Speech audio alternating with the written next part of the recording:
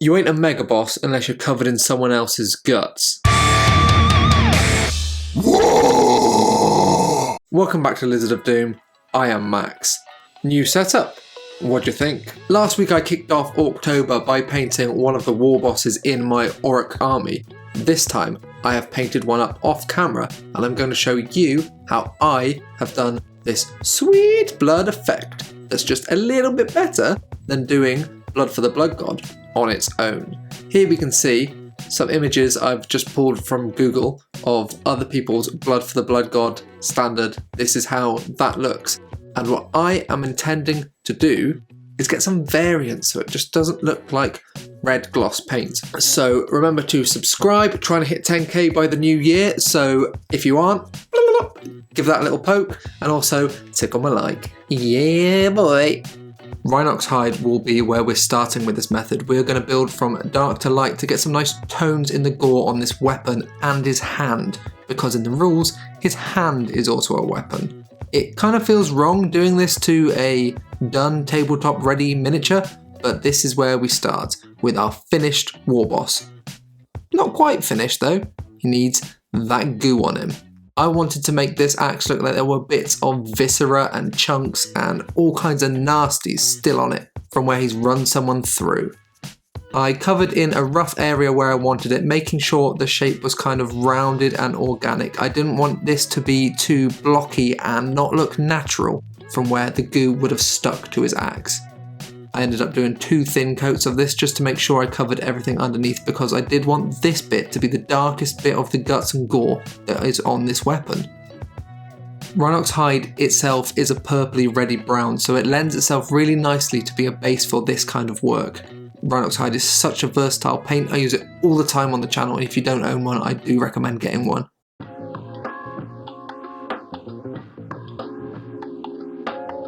After that, I put some random dots outside of this shape that I'd drawn on the model to make it look like these were splashes. I tried to make this look random and kind of not too uniform. This was my way of making this start to look more natural and like it had happened as he'd stabbed this into something massive. Time to bring in an absolute classic of gore and goo effects. Yoo-hoo glue is an absolute legend in the game. I've used it before on the channel when I did a giant snail. I did its goo with this. I'll link that in the corner if that sparked your interest. You have to mix it with the colour you want, and this is the first time I have done this ever. I've seen this done before in other YouTube videos and tutorials, but this is my first attempt in real life. I quickly found that there is a problem when you do this. When mixing them together, it sets off the glue and you don't have much working time. I wanted to do several different colours of glue strand, starting with the dark, so even the gore kind of artifacts on this had different colours to them as well, different depths. So I was going to do this with every colour. What I found is about after like 5 to 10 seconds, it started to become just this gross little brown bogey that didn't really do what you wanted it to do. But this is relatively easy to get off your model, surprisingly, as it is glue.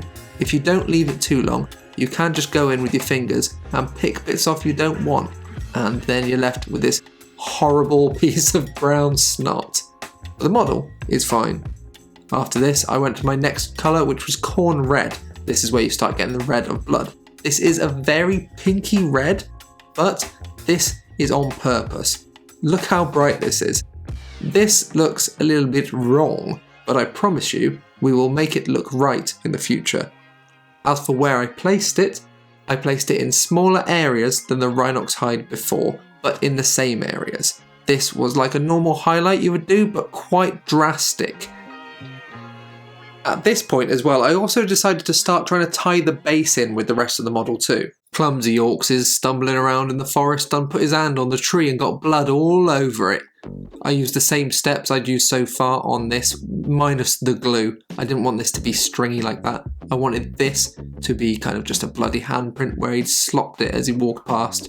With that done, it's onto the corn red glue stage. Like I said, every colour up in this is going to get a glue stage for itself. Now I had a little more knowledge of how this worked, I found a better way to do this.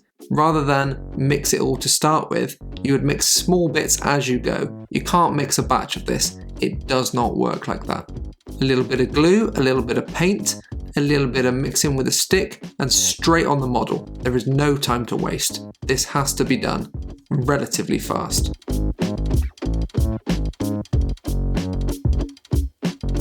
Once you have something in the middle that you like, it is time to quickly pick it up and it leaves strings straight away and get it over to the model. I developed a little technique this time, which was the kind of stretch and hook around. This seemed to work wonders. It would break off perfectly as it went around the back, and it would not leave any extra. Again, I had the problem where it dry out into these little red bogies this time. I don't know if that is more gross than brown bogies. What do you think is more gross, red or brown? What would you worry about seeing in a tissue? But oh well, I can mix a little bit more and get straight back to it. One stack of red would be the final highlight. Now this is a very pinky red. This would be as far as I was willing to go. You can go further if you want some more bright gooey colours on this, but this was bright enough for me. Same technique again as the corn red, going in the same places but smaller areas and building the brightness towards the edge of the blade. All of these will be tied together a little bit better in a moment, but for now, this is what a lot of Fantasy Blood used to look like back in the day of square bases when we were not doing things very realistically.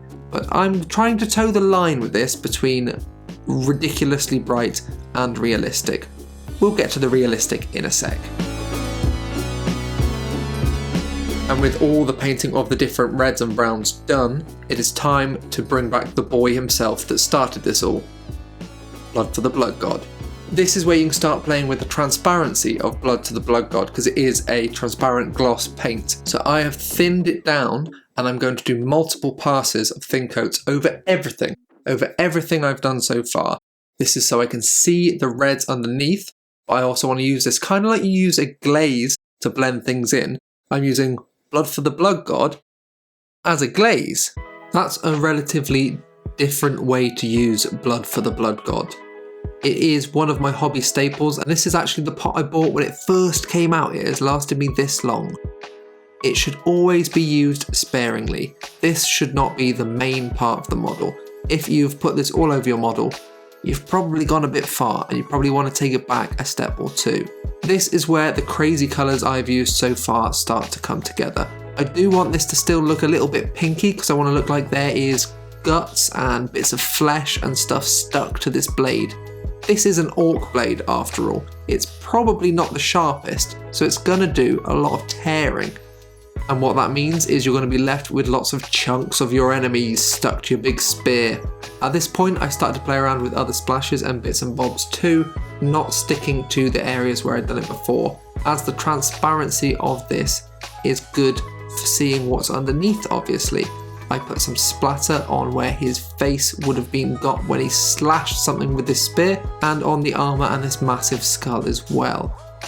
I tried to get it semi-random. I didn't want it to look like it's too obviously laid out. When I started doing this, I put loads of dots and they looked too robotic, too perfect. So I ended up joining a bunch of them. So if you're doing that, joining a bunch of them can be a way to make them look like one splatter. On the blade, you can also see these splatters heading backwards from front to back. The way you do them is very simple. Get your miniature at a good angle, and what you're going to want to do is put a blob on of Blood for the Blood God and then draw a little line, kind of like a little sperm to be honest, but it is working. This is how you create kind of a motion in the splatter as well, rather than just caked on gunk. You can add multiple tails if you want it to look like it's a big blob of blood that's flown and splattered on, and also other little dots around it too if you want it to make it look like a spray. I gave a very thin glaze over the handprint of Blood for the Blood God, just really to get its gloss consistency and a little bit of that red colour on the tree around where I'd painted this handprint on. Once I was happy with that, we're pretty much there. All that's left to do is, you guessed it, the glue stage of this colour. This will be the final stage in this miniature. that already looked done before I had started. Nice and viscous and chunky. The same thing with this as the other colours, you do not have much working time. I also realised going from back to front worked quite well, but again, bloody bogies, disgusting. Something else I then tried to do with this was make it look like chunks on the blade rather than just stringy stuff that had got stuck between the different pieces. I went up and down on the blade to make it look like there's some gunk. This is disgusting and very bright. I think though I have towed the line quite nicely between too bright and realistic. It is fantasy after all. It doesn't have to look 100% photo real. So last week I held a little Name This Army competition, and this orc tribe is called the Trunk Stompers by Lewis D 580. Yes, that is correct. These boys are a woodland themed orc army, and next week I'll be bringing you some more of these. I'm bringing you some for the whole of Orktober. So subscribe to see more of that. If you like my content, please consider sharing it with a friend or a gaming group. Like I said, 10k by New Year's.